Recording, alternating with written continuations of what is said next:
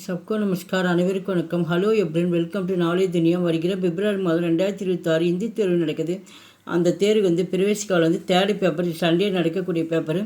இதில் தமிழ் 50 மார்க்கு, ஹிந்தியில் 50 மார்க் வரும். இப்போ ஹிந்தியில் நம்ம பார்க்குறோம். ஃபஸ்ட் ரோமன் நாங்கள் போட்டிருக்கோம். Question plus answer. இப்போ செகண்ட் ரோமன் பார்க்குறோம். பத்திர லேக்கனம் லெட்டர் ரைட்டிங்கு. இந்த இதில் இந்த பாட்டில் முழுமையாக 3 கொடுத்துருக்காங்க.